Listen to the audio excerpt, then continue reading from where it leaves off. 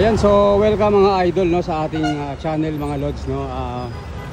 Ito na nga mga idol ang bagong-bagong bukas na LRT Redemptor Station mga idol no, kung saan tutukan na lang mismo mga idol no. Pagbaba nyo po ng station mga idol, konting-konting lakad lang mga idol. Ayan na po, meron nang sasalubong sa inyong bagong footbridge mga idol no. Ayan na po, kaya naman yan ang pagkakaiba mga idol no.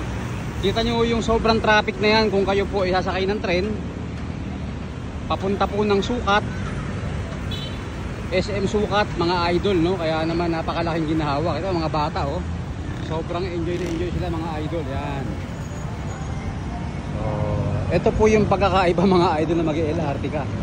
So mga lods no, ano ho ba yung kagandahan nito? Ito ho mas malapit na po doon sa simbahan mga idol ng Baclaran. Yan po. Nung dati po kasi doon sa lumang station na isa, yung LRT po na luma no, Baclaran station nila no, lalakad ka pa na medyo malayo-layo at ayun po.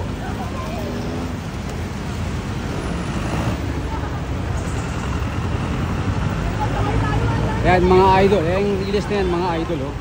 Doon pa yan sa kabila, medyo malayo-layo yung lakad kumpara po dito mga idol, na isang tawid lang mga idol. Ito na po tayo sa simbahan ng Baclaran. Ito na po yung Lidias Lechon mga idol no. Baka naman aling Lidias, meron na akong dati yung bagong Sogo dyan mga idol. Ayan na po oh. Sogo Baclaran mga idol.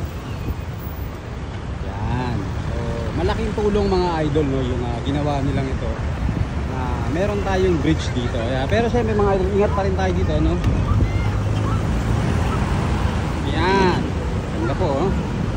So yun mga idol no, sana kahit pa paano natulungan ko kayo sa maikling video na to mga idol no. Ayun, kita mo nga oh. Kesa salubungin nyo po yung traffic na yan mga idol no, dito na ho kayo, mag LRT na ho kayo mga idol. Yan po. Yan mga idol. So kita nyo naman ang laking tulong ng tulay na to mga idol. Ingat lang ng konti, syempre ingatan po natin yung mga gamit natin habang binabagtas yung putong tulay na to. Ayan naman, may mga nakaantabay naman tayo mga police dyan, mga Bureau of Fire. Napadaan lang siguro itong mga tropa na to, baka may clearing sila no. Pero doon po sa kabila andyan po, may mga police po dyan. Ayan po, ilalim po ng tulay na yan. Kaya enjoy lang mga idol, may mga tiyanggi na ho rito mga idol no. Kaya ngayon po alas 5 na po mga idol no, December 16. Yan, 5:05 na po ng hapon. Kaya yung mga magsisimba dyan mga lods no. Okay, yun naman no, diba?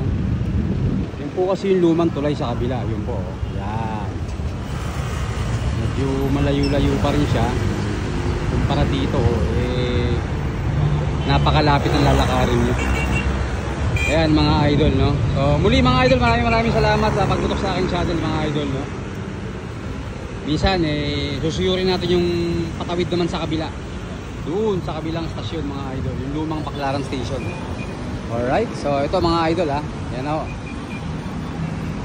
Mahilig sa mga tusok-tusok dyan, yung mga street foods mga idol oh. Yan. Yung mga gusto mabili ng pamasko mga idol may mga tiyanggi tayo dito mga idol oh. Mahaba ho yan, hanggang dun ho yan mga idol oh. Papuntang Heritage. Ganda ng tren oh, grabe oh. Kami silbi ng tren na yan mga idol, di ba? Napakaganda po. Napabilis na po yung biyahe mga idol. Kita nag-selfie pa, di ba? Tayong nasa ibang lugar na mga idol no? Pero dito lang naman yan mga idol dito po yan sa gitna ng Baclaran simbahan mga idol. Ano po oh. Okay, muli mga idol, maraming salamat sa pagtutok nyo no. Hayaan yung batiin nyo kayo mga idol ng maligayang Pasko mga idol.